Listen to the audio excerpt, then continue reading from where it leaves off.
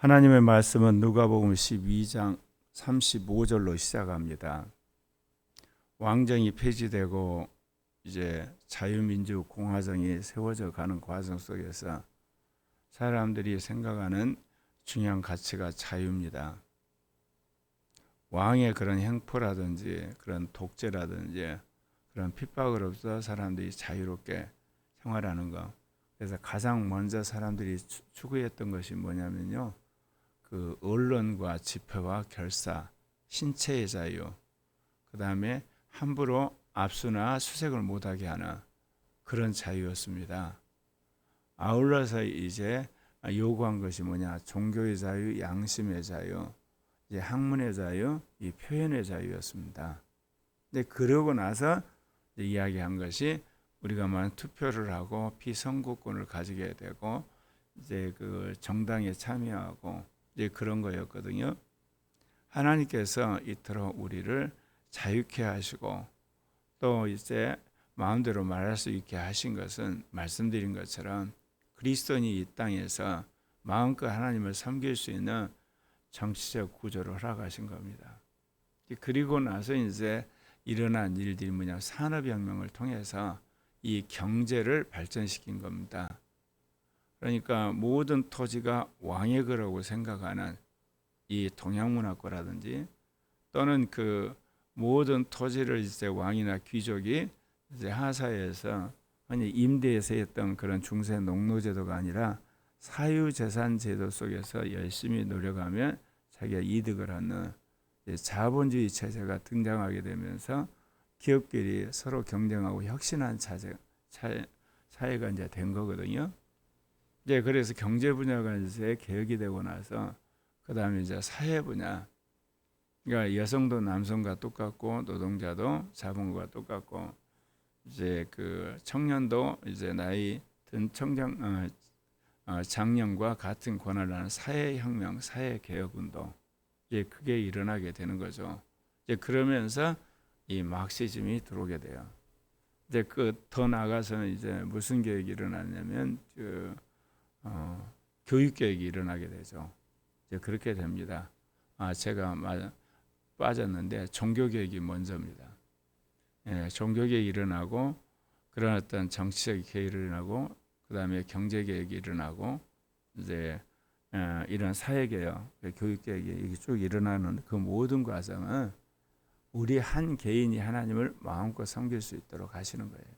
이것이 서구라파에서 시작돼서 서양 문화권 전체로 퍼지고 이제 그것이 이제 북미와 남미로 전파되고 오세아니아, 남아공까지 그리고 이제 그것이 이제 아프리카에 이제 마지막 남은 대륙 아시아의 5대 블록 동북아, 동남아, 중앙아시아, 남부아시아 그리고 서남아시아까지 계속 퍼져가면서 권위적인 정부, 독재 정부, 왕정 그리고 전체주의 정부가 무너지면서 자유롭게 되는 그런 정치적으로지만 경제적으로는 이제 그야말로 부익부 빈익빈익 가수가 되는 자본주의 사회이기 때문에 그런 과정들이 되어갑니다.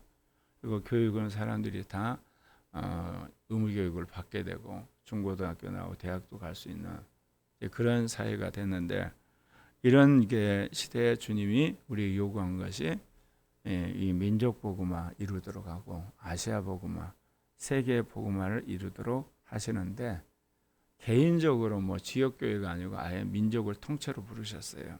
그게 이제 미국이라는 나라하고 한국입니다. 그러면 이들만 하냐? 결국은 미국이나 한국이 다시금 세계를 선교할 수 있는 거점 국가들을 주님이 세우게 하실 겁니다. 예, 그래서 북미도 세우고 남미에서도 거점국가 생기고 오세아니아다 그러고 이 동북아, 동남아, 그 다음에 중앙아시아, 남부아시아, 서남아시아, 북아프리카, 중앙아프리카, 남부아프리카 거점된 나라를 세울 텐데 이 거점된 나라를 세우는 시대적 사명을 누가 하겠습니까? 가장 가난해서 선진국 반열에 오른 하나님의 한국을 쓰시려고 주님이 예비를 해놓으신 거거든요. 그래서 이 한국교회의 사명이 굉장히 중요한 겁니다. 지금 한국과 미국에 일어난 제2 종교개혁이 어, 처음에는 정치 개혁으로 시작되지만 좀 지나면 이게 사회 개혁이 되면서 신학 개혁이 되고 마지막에는 영성 개혁이 되어서 이런 놀라운 하나님의 경륜을 저는 완수하리라 믿습니다. 이제 오늘 말씀에 보면 이제 종말적인 삶을 살도록 청지기에게 말씀하시는 겁니다. 허리에 띠를 띠고 등불을 켜고 서 있으라. 밤을 이야기하는 거죠. 주인이 오도록 주인이 오는데 허리에 띠 띠고 등불을 켜고 주인 오시기를 기다리는 거예요. 너희는 마치 그 주인이 혼인집에서 돌아와 문을 두드리며 곧 열어주려고 기다리는 사람과 같이 되리라. 이 이스라엘의 전통에서는 혼인잔치를 밤에 합니다. 그래서 우리가 하는 열처녀 비유 때도 그 신랑이 밤에 오지 않습니까? 그러니까 언제 올 건가 기다리다가 졸세, 그래서 다섯 처녀는 등경에 기름을 준비해서 그 신랑을 맞이하지만 다섯 처녀는 기름이 떨어져서 그걸 가지고 간 사이에 신랑이 와버렸다. 오늘 또 여기서 비슷하게 혼인 이야기를 합니다. 주인이 혼인집에 돌아와서 문을 두드릴 때 열어줘야 된다. 그런데 혼인잔치 예를 예수님이 들었는데 그게 그냥 우연히 든 게 아니에요. 의도적으로 드셨어요. 왜 그러냐면 주님이 지상 재림할 때 어린 양의 혼인잔치를 다 치르고 지상 재림하시거든요. 그렇기 때문에 이 혼인잔치 이야기를 주님이 종말의 중요한 비유로 드십니다. 물론 우리가 휴거되고 나서 가서 혼인잔치에 참여하지만, 그러니까 주님이 지상 재림할 때 혼인잔치 끝나고 오시는 거죠. 그때는 이제 심판 때인데 주님이 이제 그 혼인잔치 이야기하면서 주인이 와서 깨어 있는 것을 보면 그 종들은 복이 있으리로다. 내가 진실로 너에게 이르노니 주인이 띠를 띠고 그 종들을 자리에 앉히고 나와 수종되리라. 오늘 이 말씀을 하면 쇼킹한 이야기가 나오잖아요. 먼저 종들이 허리에 띠를 띠고 등불을 켜고 주인을 기다리잖아요. 그렇게 주인을 기다려서 그 주인으로부터 칭찬을 받는 사람들은 주인이 와서 말하냐, 주인이 띠를 띠고 그 종들을 섬긴다는 거예요. 이제 이게 첫째 부활에 들어가는 거거든요. 그래서 그리스도와 더불어서 천년왕국에서 왕노릇하는 걸 주님께서 오늘 이 비유 가운데 이야기를 하시는 거죠. 그러니까 여기 보게 되면 띠를 띠고 주님을 기다리는 자, 그래서 주님을 만난 사람은 주님이 띠 띠고 섬김을 받게 되는 왕노릇하는 그런 위치에 가게 됩니다. 그러면서 너희도 아는 바니 집주인이 만일 도둑이 어느 때 이를 줄 알았더라면 그 집을 뚫지 못하게 하였으리라. 도둑이 올지 하면 다 알고 그거를 막는다는 거죠. 그런 것처럼 내가 도둑같이 올 텐데 어느 때 올지 모르니까 깨워서 기다리라, 그 이야기입니다. 그러므로 너희도 준비하고 있으라. 생각하지 않은 때 인자가 오리라 하시니라. 주님의 재림을 이야기를 하신 겁니다. 물론 이 말씀이 개인에게 준 거예요. 교회에 주신 거고.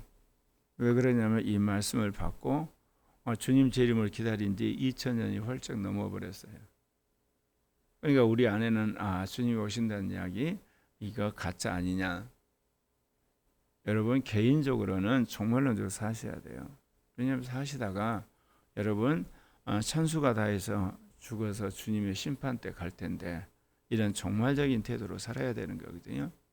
그러나 늦은 비 성령 시대를 사는 우리들에게서 이 종말론을 바라보면서 이제 각오가 새로워져야 됩니다. 다름 아니라 민족 복음화, 아시아 복음화, 세계 복음화를 우리는 완성하는 데 참여를 해야 됩니다. 이제 코리아 교회가 무엇보다 훈련받을 것 중에 하나가 복음 제시하는 겁니다. 그래서 때를 어떤지 뭐든지 열심히 복음을 전하는 교회가 되어야 되겠습니다. 그래서 주님이 말씀하신 주님의 재림의 가장 중요한 징표 중에 하나, 민족 복음화, 아시아 복음화, 세계 복음화 완성해야 되기 때문에 그렇습니다. 또 이제 베드로가 등장하죠. 이 비유를 우리에게 하십니까? 모든 사람에게 하십니까? 주님이 대답을 안 하시죠. 근데 주님의 가르쳐주는 말씀 안에 대답이 다 들어있어요. 주께서 이르시되 지혜 있고 진실한 청지기가 가져 주인에게 그 집 종들을 맡아 때를 따라 양식을 나누어 줄 자가 누구냐? 주인이 있고요. 종들을 맡아서 일하는 청지기가 있고 그래요. 주인이 있고 청지기 있고 종들이 있고, 이거는 이 제자들에게만 한 게 아니고 이 주님의 말씀을 듣는 모든 사람들에게 그 기회를 주시는 겁니다. 진실한 청지기가 되어 주인에게 그 집 종들을 맡아 때를 따라 양식을 나눠줄 자가 누구냐? 때를 따라서 청지기 할 일은 종들에게 양식을 나누고 일을 시키는 거거든요. 주인이 이를 때 그 종이 그렇게 하는 것을 보면 그 종은 복이 있으리로다. 그러니까 주인이 있든지 없든지 자기의 청지기 직분에 맞게 열심히 일하는 사람을 주인이 와서 보는 거예요. 내가 참으로 너에게 이르노니 주인이 그 모든 소유를 그에게 맡기리라. 충성되기 때문에 그 모든 소유를 맡기는 거거든요. 이거는 주님의 제 이름으로 이야기하면 이런 사람들에게 천년왕국을 10곡을 5곡을 두르고 오시 맡기는 거거든요. 그래서 이 천년왕국에 다스리게 하시는 거고요. 또 이거를 오늘날 우리의 신앙으로 이야기하자면 주님이 우리에게 어떤 일을 맡기세요. 오셔서 주님이 이제 영적으로 결산을 하거든요. 충성되고 열심히 하는 사람에게 주님이 더 은사와 말씀과 사역을 더 이게 맡기는 거예요. 우리가 자꾸 이 평등주의 사상이 있거든요. 그래서 능력의 차이가 있고 은사의 차이, 믿음의 차이가 있는데 싹둑 잘라가지고 똑같게 만들려는 그런 유혹들, 그거 잘못된 거예요. 우리나라도 이제 이 주사파 사상이 들어오면서 또 우리나라 사람들이 이 수천 년 동안 외국과 싸우면서 공동체 의식이 생겨가지고 자칫 이게 사회주의 사상을 가진 자들의 먹잇감이 돼요. 사람들을 이제 선동을 하거든요. 어떻게 이재용이는 그렇게 땅땅거리고 우리는 이렇게 사냐? 그러면 사람들이 그 말에 그럴수하고 달라들어가지고 어떻게 이제 부자 거 뜯어내야 되고 재벌들 있는 거 다 한마디로 뺏어 와야 되고 그렇게 속 시원하다고 생각하죠. 평등을 이야기할 때 꼭 여러분이 기억하셔야 돼요. 인간이 악하다는 거, 인간이 죄인이라는 거, 인간이 이기적이라는 거, 절대로 그런 세상은 오지 않아요. 열심히 수고하고 노력하고 연구하고 혁신하는 사람들에게 인센티브를 주지 않으면 안 해버려요. 그러면 국가 전체가 경제가 망가지는 겁니다. 그러면 대부분 사람들이 이제 거지가 돼요. 돈 있는 사람은 외국으로 도망가 버리고. 인간이 선하다면 그 말이 맞아요. 모두가 평등하게 사는 게 그런 나라가 절대 오지 않습니다. 주님이 재림해서 이 사단과 적그리스도 거짓선자 이 음녀의 체제를 해체해서 첫째 부활한 사람들이 다스리는 천년왕국이 오기 전까지는 그런 날은 절대로 오지 않습니다. 그럼 어떻게 하자는 이야기냐? 끊임없이 혁신하는 기업을 만들도록 사회 분위기가 바뀌어야 돼요. 혁신하는 기업이 많아지면 많을수록 사람들이 부유하게 되는 겁니다. 그러면 그게 고용된 이런 그 노동자들과 또 거기에 수많은 그 중소기업이 연관기업이 만들어지면서 전체가 잘 살게 되는 거거든요. 그리고 이제 국가는 그들 가운데 세금을 걷어서 정말 밑바닥에 있는 사람들이 기초 생활을 하도록 돕는 구조. 그 외에는 길이 없습니다. 근데 이거를 자꾸 깨려고 그래요. 그리고 엄밀히 보면 민주주의와 자본주의는 같이 가는 것 같지만 깊이 들어가면 서로 대립이 돼요. 민주주의는 머리 쓰지만 자본주의는 주식 쓰자예요. 그거를 인정을 해야만 되는 거예요. 그럼 여러분 생각에 민주주의는 머리 쓰는데 자본주의는 머리 쓰러 안 된 이유가 사람마다 능력의 차이가 있어요. 경영 능력의 차이가, 혁신의 차이가 있고 노동의 차이가 있고 차이가 있어요. 이거를 국가 권력으로 눌러가지고 평등하게 해보는 게 공산주의였어요. 그러면 어때요? 처음에는 좋아요. 좀 지나고는 일 안 해버려요. 일 안 하면 같이 망해버리는 겁니다. 이제 우리는 두 번째 이 신공산주의, 수정공산주의를 보잖아요. 예, 중국이 몰락해 가는 거, 북한이 몰락한 거 보잖아요. 예, 그렇습니다. 그래서 주님이 오늘 말씀하신 걸 청지기에게 맡겨준 종들에게 마땅히 양식을 나눠주고 일을 시키는 일, 그렇게 충성된 사람에게 내가 복을 줄 거고, 그리고 모든 소유를 그 종에게 맡길 것이다. 이 땅에서부터가 주님이 그 일을 하세요. 그래서 주님은 시시각각 우리가 맡긴 일에 대해서 영적인 평가를 하고, 충성된 사람에게 하나님 역사에서 교회도 빈익빈 부익비가 되고 영성 모든 부분에 그런 일이 벌어지는 것. 그래서 여러분이 하실 일은 충성돼서 주인으로부터 인정받는 겁니다. 만일 그 종이 마음에 생각하기를 주인이 더디 오리라 하여서 남녀 종들을 때리고 먹고 마시고 취하게 되면 생각지 않는 날에 주인이 온다는 거죠. 그 주인이 와서 종에게 엄히 때리고 신실하지 않는 자에 받는 벌에 처하게 되는, 징계를 받든지 멸망으로 가게 되는 거죠.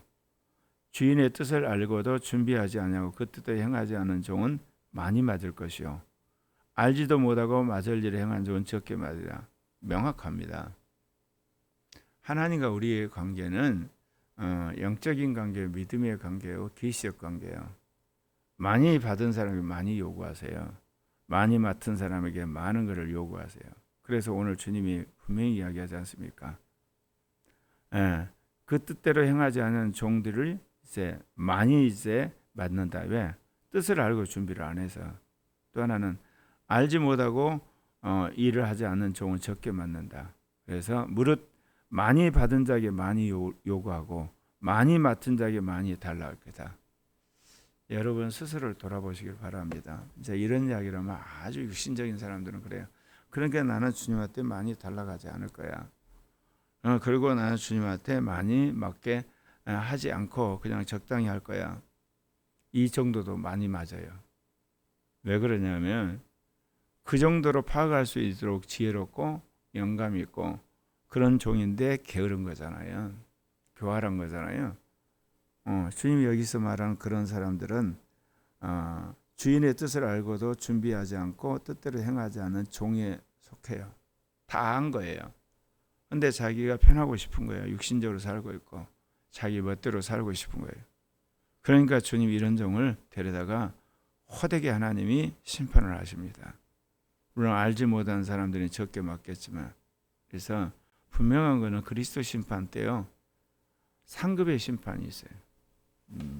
오늘 이 말 그대로 주님께서 이제 징계를 하셔야 되잖아요. 그리고 또 하나는 멸망의 심판이 있습니다. 멸망의 심판은 이 땅에 성령을 모독함으로, 성령을 대적함으로 이제 생명책이 지워진 사람을 말하는 거고, 생명책에 기록된 사람들 중에 많이 맞을 자가 있고 적게 맞을 자가 있고 상을 받을 자가 있고 정말 칭찬을 받을 자가 있는 게 분명합니다. 이게 어떻게 진행될 건가 우리는 알 수 없지만 죽은 영혼 가운데 이제 죽어서 주님 마지막 심판 때 주님 분명히 그렇게 하실 거라는 거예요. 그래서 불 가운데서 나온 것 같은 구원이 바로 이런 말씀입니다. 우리가 어찌하든지 세상적인 가치관을 버리고 주님 앞에 끝까지 충성하는 선한 청지기가 되었으면 합니다. 기도하십시다.